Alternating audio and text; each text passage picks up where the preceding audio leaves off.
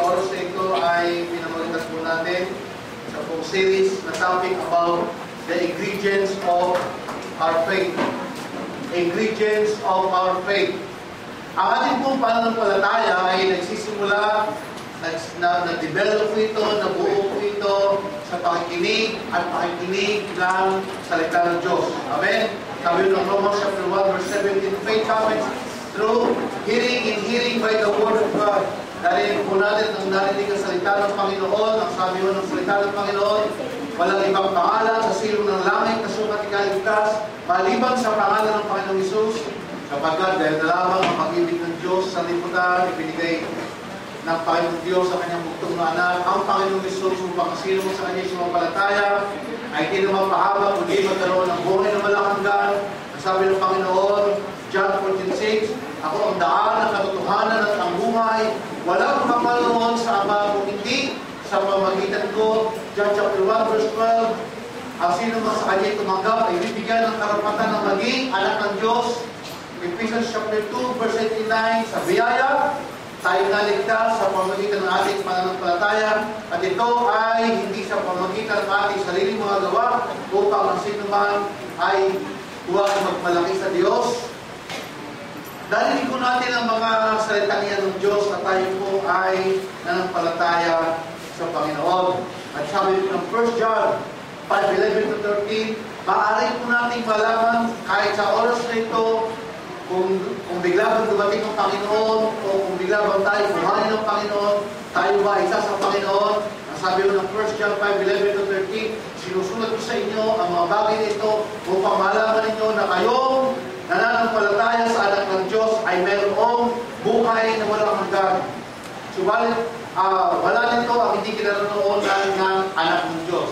So, ang sabi mo, I write these things to you who believe in the name of the Son of God, so that you may know that you have eternal life. Sabihin natin, I have eternal life. I have eternal life. Again, I have eternal life. I have eternal life. So by faith in Jesus Christ alone, no? In Jesus Christ alone, sa Panginoong Hesus lamang, meron po tayong buhay na walang hanggan. So napakaliwanag po dapat noon na ang ating pong pananampalataya ay nakasalig sa Panginoong Hesus lamang, walang plus, no? Kasi kapag si Jesus plus, so wala po yun. Sabi ng Panginoon, magsiparito kayo sa akin. Matthew 11:28, kayong napapagal, nabibigat ang lupa, bibigyan mo kayo ng kapahingahan. Sabi ng Panginoong Hesus, magsiparito kayo sa akin. Hindi niya sinabi na magsiparito kayo kay Juan, kay Pedro, at sa iba pa. Ano? Sabi niya, magsiparito kayo sa akin. So yun po yung ating pananampalataya. No? Nakasalig po na matibay sa Panginoong Hesus. No? Nakasalig po sa bato ng pundasyon. Ang pundasyon na yun ay ang Panginoong Hesus. Ang sabi ng Panginoon, I will build my church. And the gates of hell shall not prevail against the church. Upon this rock, sabi ng Panginoon, upon this rock, I will build my church. Sa pawitan ng batong ito. The rock is Christ. So, ang ating pong pananampalataya ay ang pundasyon ay nakatalim sa batong matibay sa Panginoong Hesus. Kaya, alam mo natin, pag tinanong tayo, ikaw ba ay meron ng kaligtasan? Sabihin mo, ay, yes! Meron akong kaligtasan. Meron akong eternal life. Sabagat ito ang sabi ng salita ng Diyos. Ay, yabang mo naman. Yun ang sabi ng salita ng Panginoon. Hindi ko sinabi yun. Sinabi yun ng salita ng Panginoon. Yun po yung ating pananampalataya. Kaya lang ang pananampalataya po ito ay meron po mga sangkap upang ito ay maging dahilang pananampalataya. Kami sa buhay na ito, sa pagkatagupang tayo po ay patuloy na magtagumpay sa buhay, kinakailangan po natin ng mga sangkap upang tayo po ay magkaroon ng great faith, dakilang pananampalataya, at ang mga sangkap po ito ay nasa buhay po ng mga heroes of faith. No? At minsan sa buhay nito, kinakailangan tayo po ay subukan ng Panginoon. Talaga bang mananampalataya kayo sa inyong Panginoon? Pero gaano ito sinusubok ng Panginoon? Anong mga klaseng pagsubok ang naranasan ng ating mga naunang mananampalataya sa atin? Halimbawa, naranasan po ni Abraham ang pagsubok sa kanyang pananampalataya nung siya po ay utusan ng Panginoon na ihandog si Isaac. Sabi ng Panginoon, sige nga, kung talagang ikaw ay nananampalataya sa akin, ako lamang ang sinasamba mo, ako lamang ang pinapanampalatayanan mo, kaya mo kaya ako sundin kahit bigyan kita ng pinakamahirap na pagsubok. Ihandog mo nga ang iyong anak na pinakamamahal ni Isaac, na si Isaac, na pinanganak ni Sarah kung siya ay siyang 10 taong gulang na at siya 100 taon. No? Kaya yung mga sabihin nyo, isip nyo, may edad na kayo, hindi po, huwag kayong mawala ng pag-asa. Si Sarah ay nanganak pa kung siyang 10 taong gulang siya. No? Pero nung sumunod kay Sarah na nasa Guinness Book of World Record, I think at the age of pinakamatandang nanganak at the age of 60. No? Siya po ay nanganak. So sa atin po, pananampalataya na nakasasalig sa isang batong matibay, ito po ay susubukin. Napakahirap po na yung pagsubok ni Abraham. Kaya natin gawin yun. Ibigay mo natin yung pinaka-the best para sa atin. At sabihin, ibigay mo sa akin yan at ibinigay ko si Abraham. Ano yung pagsubok kay Job? Si Job ay naging napakayaman, nagkaroon sa akong anak, napakayaman, napaka-influential na tao, pero siya po ay sinubok ng Diyos. Ang lahat po ng kayamanan niya ay nawala sa loob lamang ng 24 oras. Ako'y hindi 24 hours. Halos 1 oras lang ata yun. No? Sunod-sunod na ang kanya pong kayamanan ay nawalang lahat. Kapatid, kung tayo kaya ay laging walang pera, kaya natin manampalataya sa Panginoon. Pagtingin natin sa wallet natin, ang naroon lang ay mga picture mo. Hindi picture ni Ninoy, picture ni diba? O kaya lagi na lang si Mabini ang laman ng wallet mo. Ang napakabalot ni Mabini, di ba si Mabini 20? Ano ba yung sa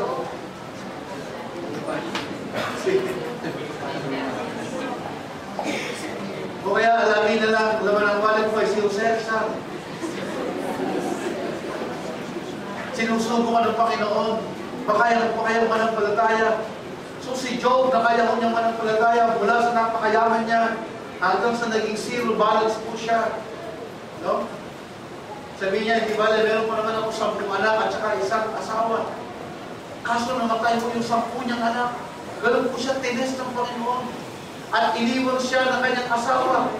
Sabi ng kanyang asawa, manitibala ka pa ba sa Diyos mo na walang lahat ng ating ali-alian, namatay ang ating 10 anak, hindi talikuran mo na yan. Si Job ay nasubok sa kanyang pananampalataya.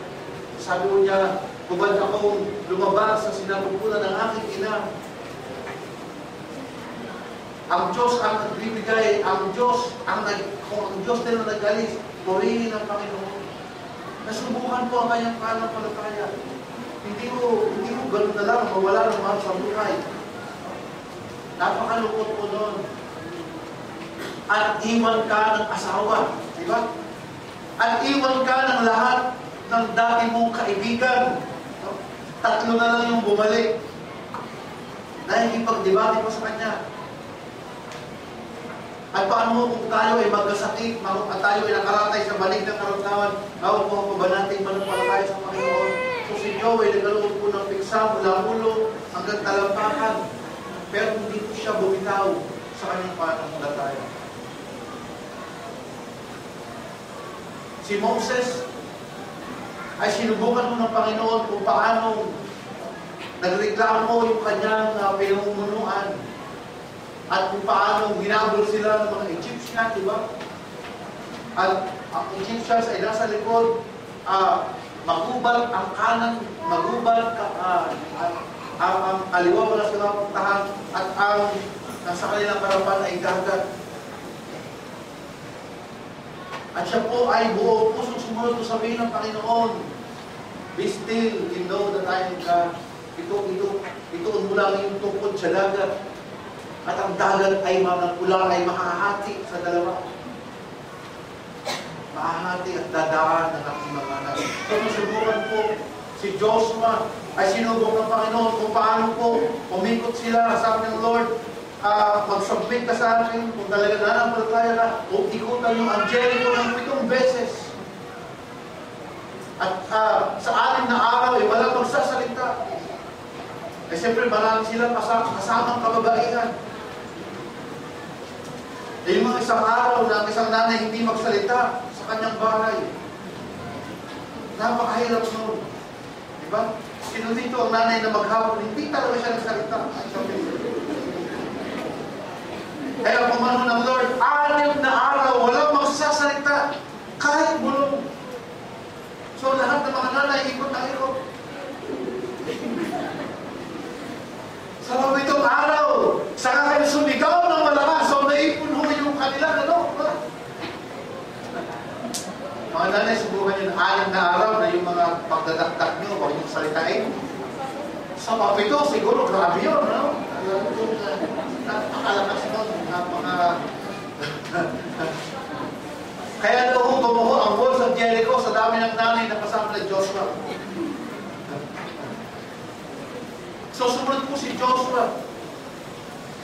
Iikutan ang Jericho, parang kahagalan ang pagsunod na yun. Pero sinabi mo ng Diyos, it's a vision doon sa kanyang pananampalataya. Kaya po ay sumunod si Joshua. At marami pa hong iba na mananampalataya na naging heroes of faith na sinubok ang kanilang pananampalataya. At kagaya din po natin, meron pong iba't ibang pagsubok tayong nararanasan sa ating buhay upang tumaso ang level ng ating pananampalataya. Si Joseph ay napagbintangan na siya ay naka-appeal doon sa asawa ni Potiphar. No? At siya ay itinapon, una siya ay itinapon sa walon, at siya ay nabilangbok na walang kasalanan. Napakahirap po nun.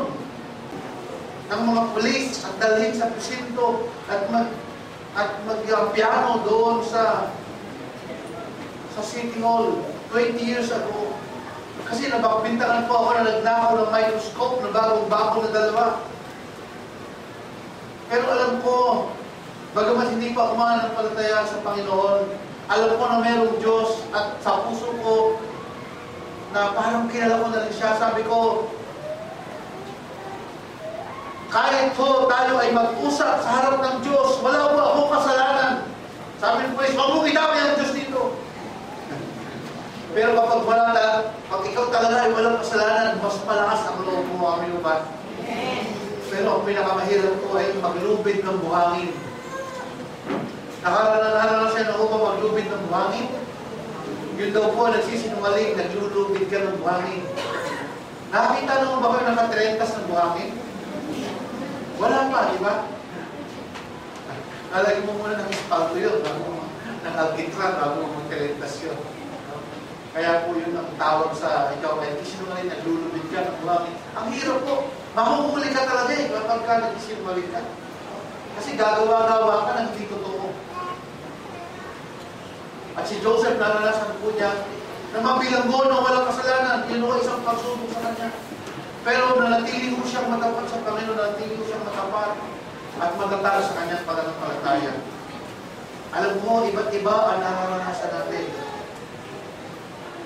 Ano mo yung ingredients na common sa mga mananampalatayang ito in the Old Testament times, in heroes of our faith, or heroes of faith,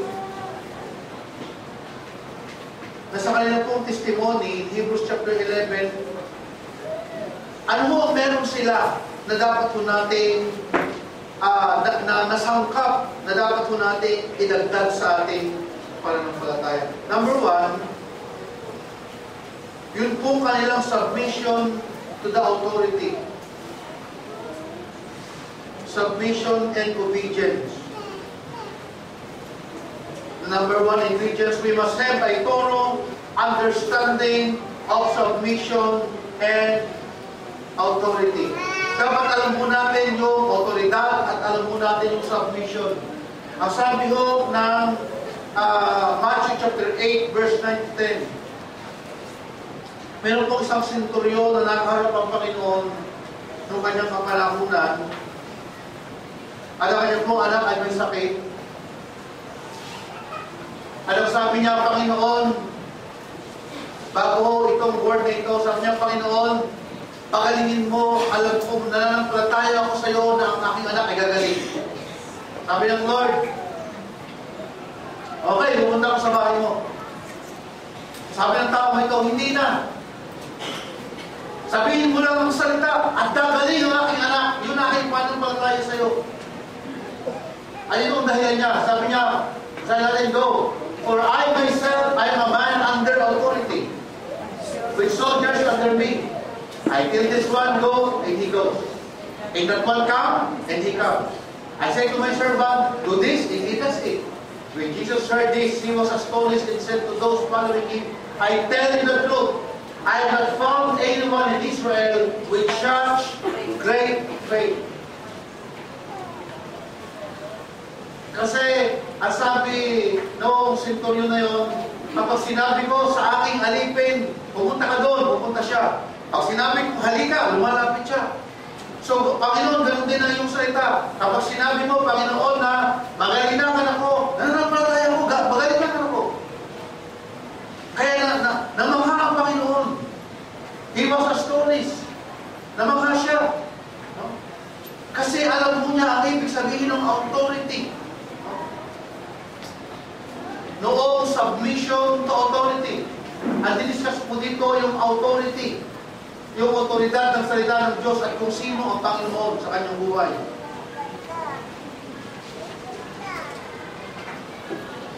Again, yung kanina, nangyari nga po ito sa buhay ni Abraham. In Genesis chapter 22, 2 and 3. Nung sabi ng Lord sa kanya, Abraham, sacrifice mo si Isaac.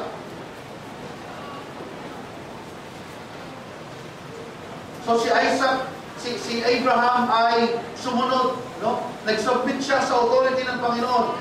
Nangyari ito kay Moses.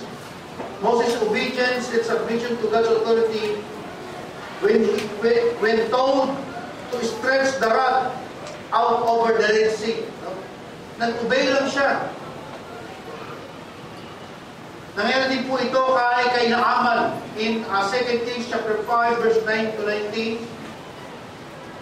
The healing of Naaman kay Elisha. No? Nung sinabi ng Lord, nung sinabi ni Elisha kay Naaman, Naaman, sumunod ka sa akin. Ito ang sabi ng Panginoon, kung talaga nananampalataya ka, naniniwala ka, lumubog ka sa ilog ng Jordan ng 7 beses. Anong sabi ni Naaman? No? Sa istorya po ito, sabi ni Naaman, meron namang ibang ilog na malinis. Eh bakit sa Jordan pa? At bakit 7 beses pa? Pwede namang isa lang. Diba? Oo naman, bakit 7 beses pa? Ang sabi ni Elisha, go, wash yourself 7 times in the Jordan. At ikaw ay magiging malinis. Ang sabi ni Naaman, tagalit siya. Sabi niya, akala ko, pupumpasan lang niya ako ng kanyang kamay. At sabi sa akin, magaling ka na, Naaman. No?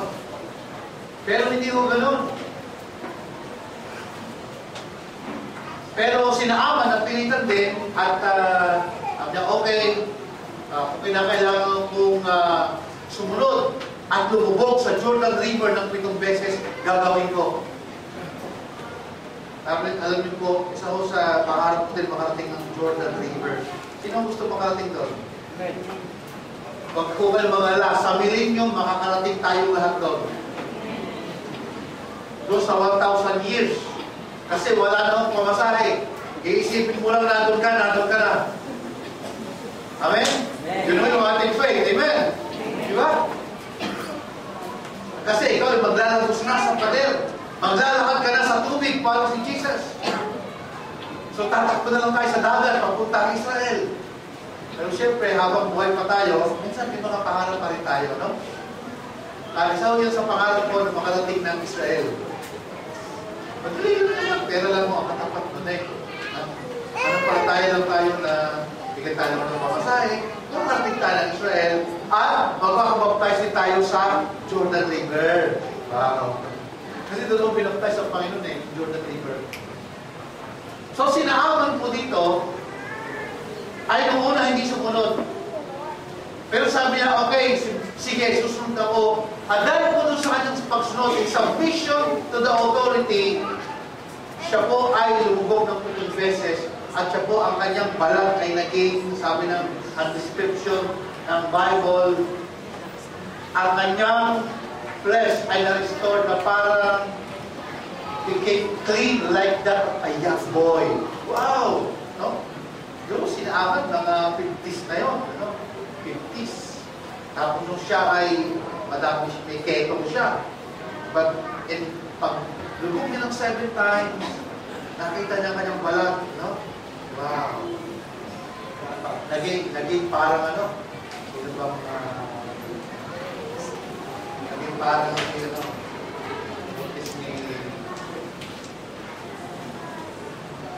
naging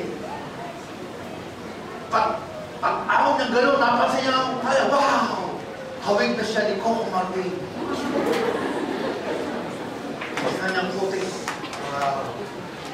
So yun ho, dahil sa pagsunod, gusto natin maging Coco Martin?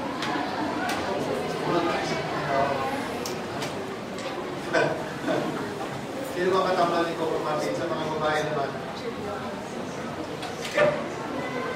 Doon sa walang hanggan, sino ba tayo? Ano pangalan mo? Panta na yan. Julia? Julia, yan. Gusto nyo maging kamukha ni Julia. Sumunod tayo sa Panginoon. So, Elisha, in the healing of Naaman, 7 times siya po ay sumunod na na-realize niya yung ingredients ng great faith ay submission to authority. Kapag sinabi, sumunod ka at merong magaganap na himala sa iyong buhay. Si Joshua, nung siya ay binigyan nga ng specific command, 7 times na umikot kayo at sa 7 beses, saka kayo sumigaw ng malakas. Yung doon pong walls of Jericho ay mga ganito kakapal. Yun. Kasi kaya daw po ang sasakyan na dumaan sa walls, sa pader ng Jericho. Ganun yung gaganito kakapal na pader, tapos mga mataas. Na nakita mo ba kayo na yung babae pag tumili pa sa timbaso? Totoo pala yun. Dahil pa sa sound. So, ibig sabihin, kasi gano'n pa sila karami. Mga 2 billion po sila eh. Eh, sabay-sabay, tas umigaw. So,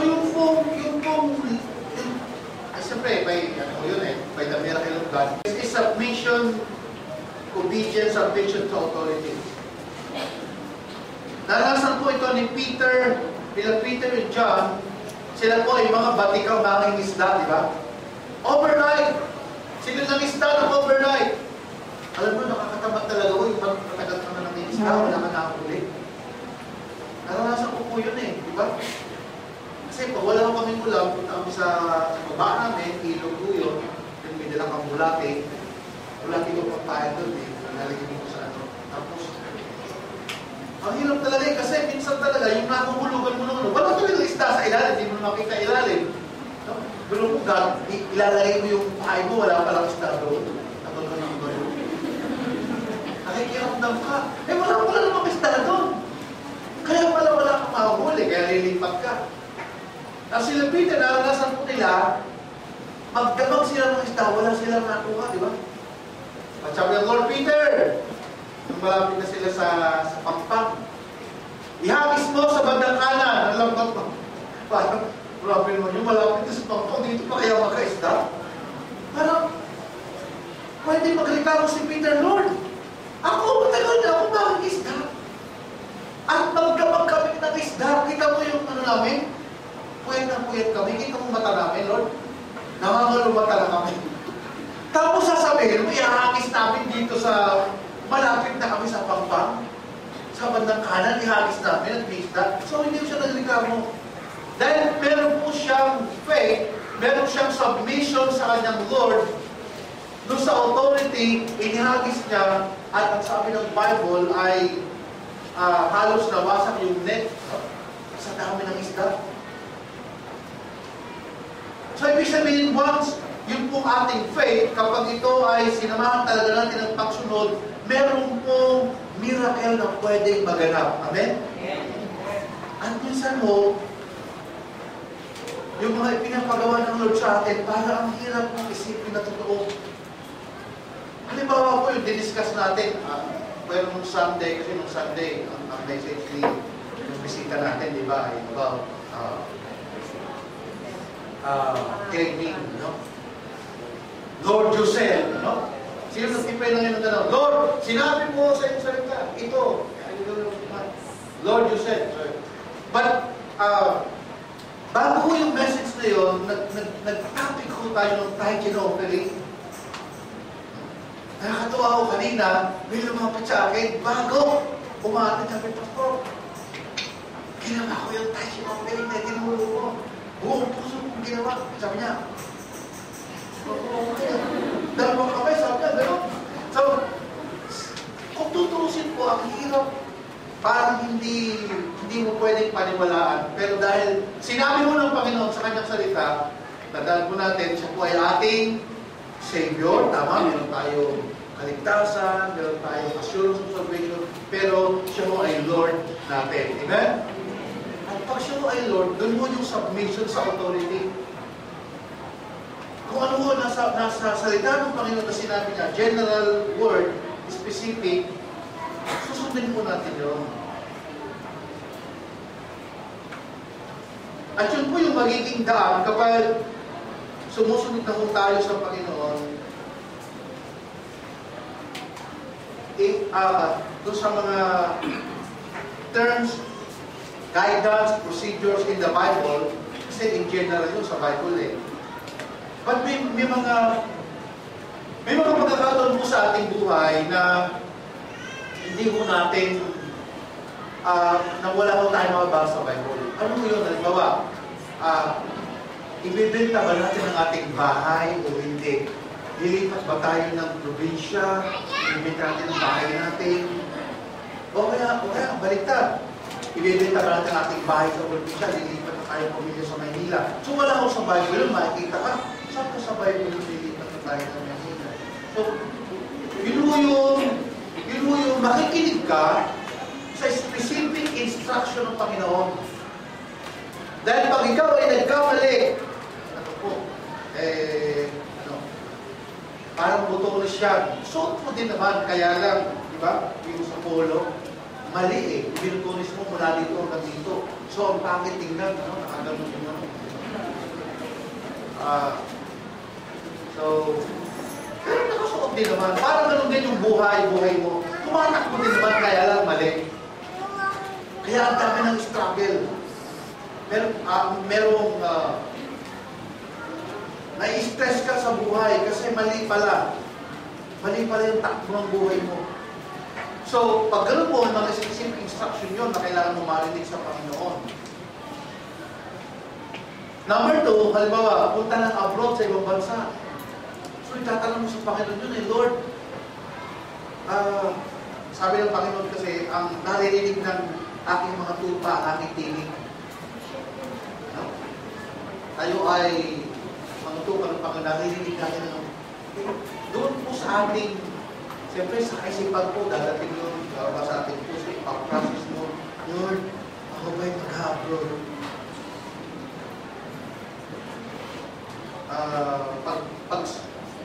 Pag wala pang narinig, huwag ka munang suligid.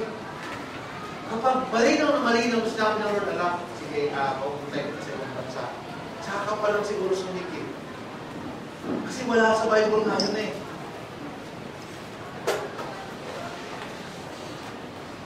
Merong isang sabi ko kanina, merong sabi niya, Pastor, sabi ng Lord, ako ay magiging missionary. Pupunta ako sa mundo. At ako mag-praise ng salita ng Diyos. Paano mo nalaman ito? Kasi nakita ko sa langit na kay PC. P at saka C. Preach Christ! Pero hindi mo siya nagtagumpay. Kasi mali ang interpretasyon niya. Yung pala plan, kamote. Sabi mo na yung Lord sa kanya, pumunta ka sa mundo.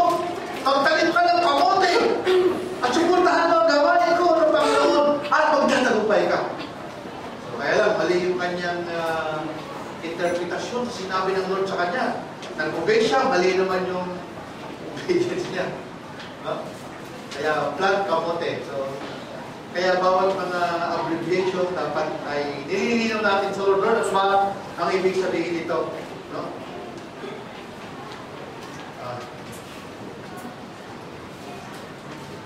Pero kapag bihasa ko tayo sumunod doon sa general instruction, sa specific instruction ng Lord na nakalagay sa Bible, doon mo unti-unti tayo magiging malinaw makinig ng sinasabi ng Panginoon. So, ang number one ingredients na kung saan meron po nasangkap doon sa mga heroes of faith na halos kung bakit sila nagtagumpay sa kanilang buhay, meron po silang submission doon sa authority. No? Meron po silang obedience. Lahat itong mga tao ito ay masunurin. Kaya naman sila ay naging matatagumpay sa kanilang buhay. Sumunod po tayo sa Panginoon. Kung sinabi ng Panginoon, gawin po natin. Tsako, minsan parang mahirap or merong isang istorya na nalaglag siya sa bangin. Nakakapit siya. Mga bandang alas 10 ng gabi, sabi niya, Lord, tulungan ako, pakailangan, tulungan mo. Nakarinig siya ng tinig, nasa kanyang parang still small voice. Anak, bumitaw ka. Lord, mamamatay ako. Hanggang alas 12 ng gabi, anak, bumitaw ka. Lord, mamamatay ako, bumitaw ko. Hanggang alas 3 sa madaling araw, makakabitaw na siya. Hanggang mag-alas 6 ng umaga, napatingin siya. Sabi ng Lord, anak, sabi ko, bumitaw ka. Oo nga, Lord, di pala, ganun na lang yung kaya pala siya pinabibitaw ng Panginoon.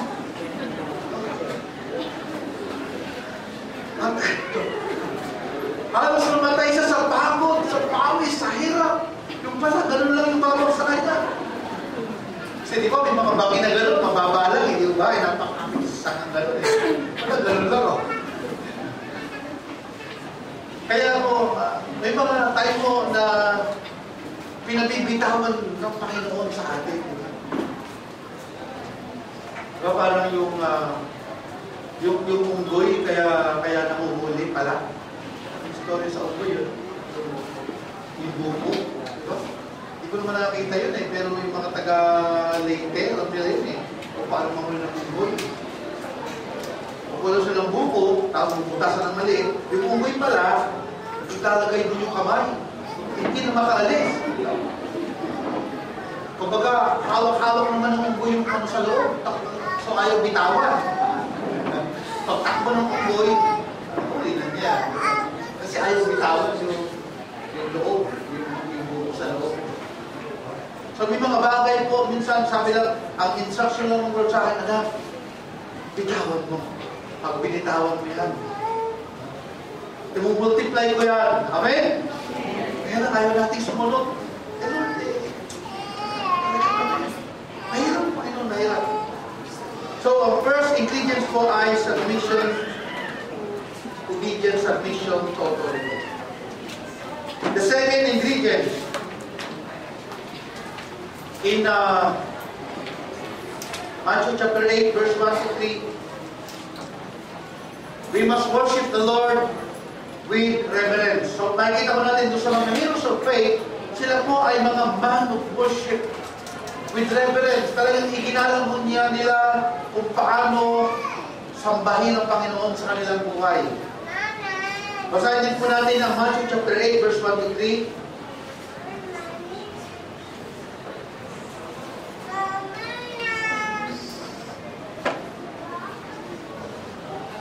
When he came down from the mountainside, large crowds followed him. And a man with leprosy came and knelt before him and said, Lord, if you are willing, you can make me clean. Jesus reached out his hand and touched the man. I am willing. He said, be clean. Immediately he was cured of his leprosy. Pasinin mo natin, bukod sa kanyang faith, ano yung ingredients ng kanyang pananampalataya? Yes, narinig niya ang Panginoon, isa siyang merong ketong. Ang isang ingredients kung bakit po immediately gumawa ng himala ang Panginoon, sabi doon, the leprosy, a man with leprosy came and knelt before him. Nandun po yung pagpapakumbaba niya sa Panginoon. The humility in worship. Sumamba agad siya sa Panginoon. In Joshua chapter 5, verse 13 to 15. Joshua 5:13 to 15. Try po natin. Now when Joshua was near Jericho, he looked up and saw a man standing in front of him with a drawn sword in his hand. Joshua went up to him and asked, are you for us or for our enemies? Sabi niya, neither. He replied, but as commander of the army of the Lord, I have now come. Then Joshua fell face down to the ground in reverence and asked him, what message does my Lord have for his servant? The commander of the Lord's army replied, take off your sandals, for the place where you are standing is holy. And Joshua did so. Ano kung sino ang nakaharapos mo dito? The Lord Jesus Christ, ang tawag sa kanya, is the commander of the Lord's army. He is the commander. The Lord Jesus Christ is our commander. Ito ho ay type ni Christ.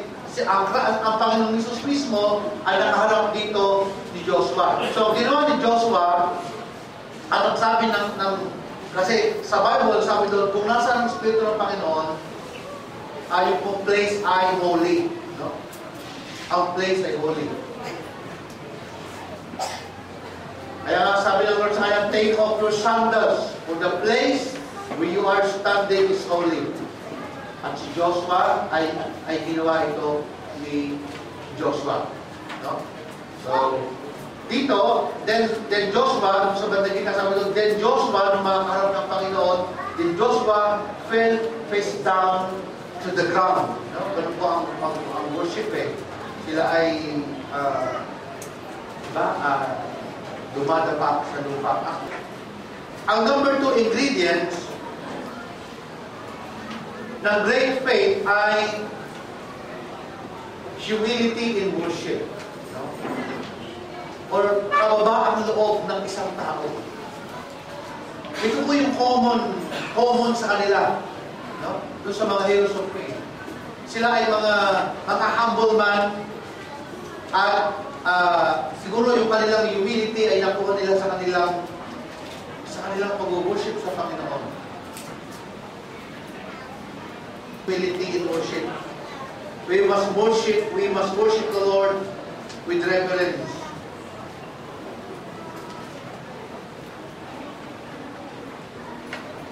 Ma-acknowledge mo natin na wala mo talaga tayong magagawa kung wala ang Panginoon. Sabi ng Bible, in Him we live, we move, and have our being. Nakaka-move tayo by the grace of God. Nakakapag-isip tayo ng tama by the grace of God. Nakaka-survive tayo. Hindi mo tayo nagkakasala by the grace of God. Alam mo, kung tutusin, kahit kung Christian tayo, pwede mo tayo magkasala araw-araw. But, araw-araw, di ba? Sino mo dito ang, di ba, minsan, nagkakaroon tayo ng maruming kaisipan. Tama mo ba? Kahit maano ba tayo? Kasakamay. Di ba? Kahit mo eh. Minsan, dumadating maruming kaisipan sa atin. Then, magpapakumbaba tayo sa Panginoon, Lord, alisin mo ito, maruming kaisipan na ito. Then, biglang sabi ng Philippians 4, verse 8, anong bagay na mabuti, matuwid, kaibig-ibig, anong bagay na mabuting kulang, ito ang mga isipin nyo.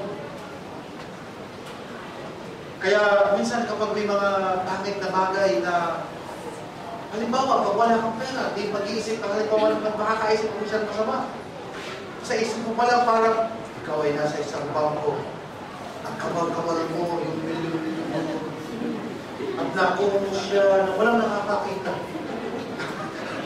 Di ba? Di ba? Kasi, di ba masamang kaisipan yun eh? Pwede ka naman mag-isip ng iba.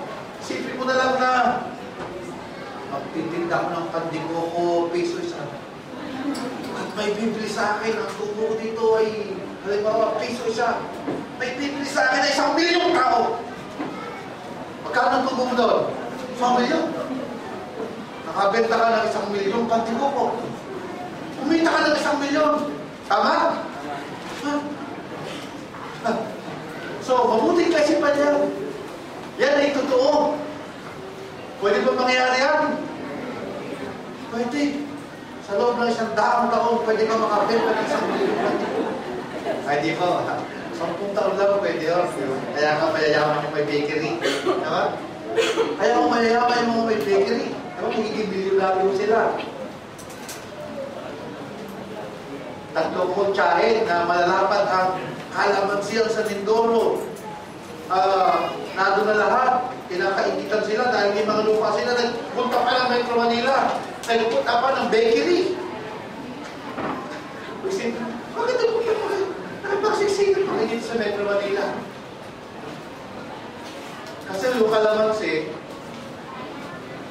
after 6 months, bago maging pera yun. Eh yung tinapay, bawat umaga may pera ka. Di ba? Yun ang pagkakaiba ng business. Araw-araw meron kang pera, pagbenta mo ng pali ka na agad. Kaya siguro, gawin sila ng gano'n. No? Kaya lang, igising ka ng mga alauna ng madaling araw. No? Kasi alas 4, minangatok na, pabilo ng pandesal, di ba? Alala mo, maraming nagiging millionaire sa bakery, pero grabe mo, kanilang hirap at pagod. No? Okay.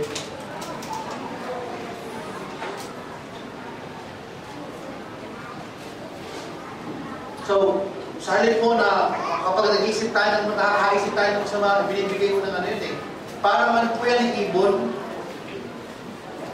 Mapipigilan mo ba na lumipad ang ibon sa sa itaas mo? Di ba hindi? Pero mapipigilan mo yun na magpugad sa ulo mo. Mapipigilan mo, napansin mo, talagang hanggang may pugad sa ulo mo, style yan. Parang silili ka. Siyempre, kaya mong pigilan yun. Parang, yun po yung maruming kaisipan. Na pag hindi mo maaalis na lumipad yung mga demonyo dyan. Maglagay ng masamang kaisipan. Pero, mapipigilan mo yan na dumapo at talagang yung kaisipan na yun, hindi mawala sa isip mo. No? Palitan mo yan ng magandang kaisipan. So, yun ang sabi ng Bible. So, kahit po yung pag-iisip natin by the grace of God, sabi ko nga, pwedeng magkasala tayo araw-araw at sabi ng Lord, in my worship sa akin, magpapakumbaba sa iyo, wala talaga akong nagawa kaya Panginoon, alam ko Lord, I can do all things through you. I can do anything, amen? I can do all things. It is you who give me strength. Nothing is impossible. Through you, Lord, blind eyes are open. Strongholds are broken. I am living by faith. Nothing is impossible. I believe.